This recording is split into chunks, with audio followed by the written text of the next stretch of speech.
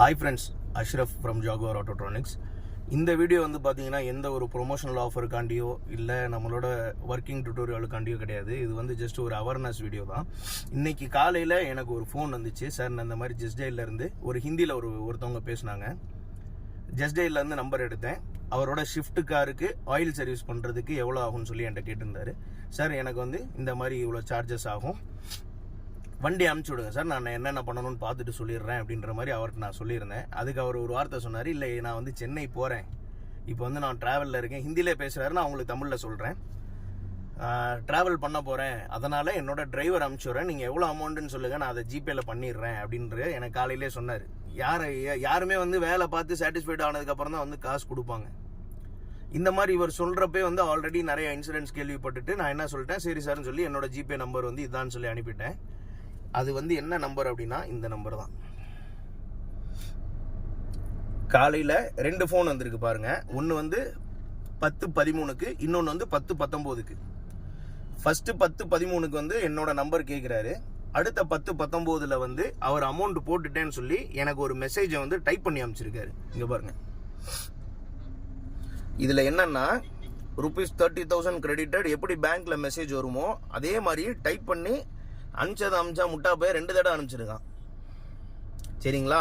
இதில் என்ன சொல்கிறாரு, நீங்கள் 3000 ரூபா நான் அட்வான்ஸ் போட சொன்னீங்க, நான் வந்து 30,000 ரூபா போட்டேன், நீங்கள் என்ன பண்ணுங்கள், திருப்பி எனக்கு அந்த 27,000 ரூபாய் அனுப்புங்கன்னு சொல்லி சொல்கிறாரு. நான் வந்து பேங்க்கில் செக் பண்ணுறேன், எனக்கு அமௌண்ட் எதுவுமே கிரெடிட் ஆகலை.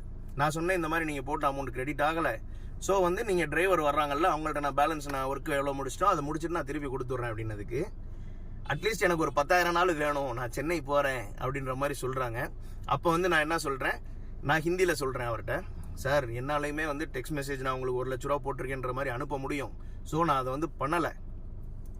இதை வந்து இன்னைக்கு வந்து பார்த்தீங்கன்னா ரொம்ப நவீன முறையில் வந்து இந்த மாதிரி நிறையா ஸ்கேம் வந்து நடந்துட்டு இருக்கு. ஸோ நண்பர்கள், மக்கள் யாரும் வந்து இந்த மாதிரி ஏதாவது மெசேஜ் வந்துச்சுன்னா தயவு செஞ்சு அவாய்ட் பண்ணிடுங்க. இது வந்து என்னன்னா ஒரு மிகப்பெரிய ஸ்கேம் வந்து நடந்துட்டு இருக்கு. இதே மாதிரி ஸ்கேம் வந்து நம்மளோட நண்பர் ஒருத்தவருக்கு ஒரு 10,000 ரூபா போட்டேன்னு சொல்லி அதை வந்து 1000 ரூபா ரிட்டர்ன் பண்ணுங்கன்னு சொல்லி அந்த மாதிரி நிறைய இடத்துல வந்து பணத்தை இழந்திருக்காங்க. இந்த வீடியோ வந்து இது மாதிரி யாருக்கும் ஆயிடக்கூடாதுன்றதுக்காண்டி தான் இந்த வீடியோ நான் போஸ்ட் பண்ணுறேன்.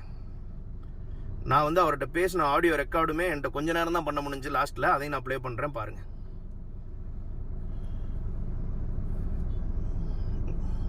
இதில் கனெக்ட் ஆகிருக்கு, ஒரு நிமிஷம் நான் ப்ளே பண்ணுறேன். क्या बात कर रहे हैं सर, आप सही से चेक करिए ना सर, मैंने भी टेक्स्ट मैसेज कर सकता हूँ, ठीक है? कनेक्ट ஆயிடுச்சு. हाँ, आप कर सकते हैं, करिए करिए। टेक्स्ट मैसेज भेजेंगा आपके पास, क्यों इतना काम कर रहे हो? आप फालतू मूड मत खाओ, रखो. கடைசியில் என்ன சொல்லிட்டு வச்சிருக்கான் பார்த்தீங்களா, என்னாலையும் டெக்ஸ்ட் மெசேஜ் அனுப்ப முடியும், எதுக்காண்டி நீ இப்படி மக்களை ஏமாத்துறன்னு கேட்டதுக்கு வாயை கிளறாத வை ஃபோனை காலங்காத்தால அப்படின்னு சொல்லிட்டு கட் பண்ணுறான். இது வந்து ஹிந்தி தெரிஞ்சதுனால ஏதோ நான் வந்து அதை கண்டுபிடிச்சிட்டேன். இந்த மாதிரி மெசேஜோ ஃபோனோ வந்தால் எந்த அமௌண்ட் வந்து போட்டிருக்கேன், எனக்கு இவ்வளோ அமௌண்ட்டை திருப்பி ரிட்டர்ன் பண்ணு யாரும் கேட்டாங்கன்னா தயவு செஞ்சு யாரும் ஏமாந்துடாதீங்க. தேங்க்யூ.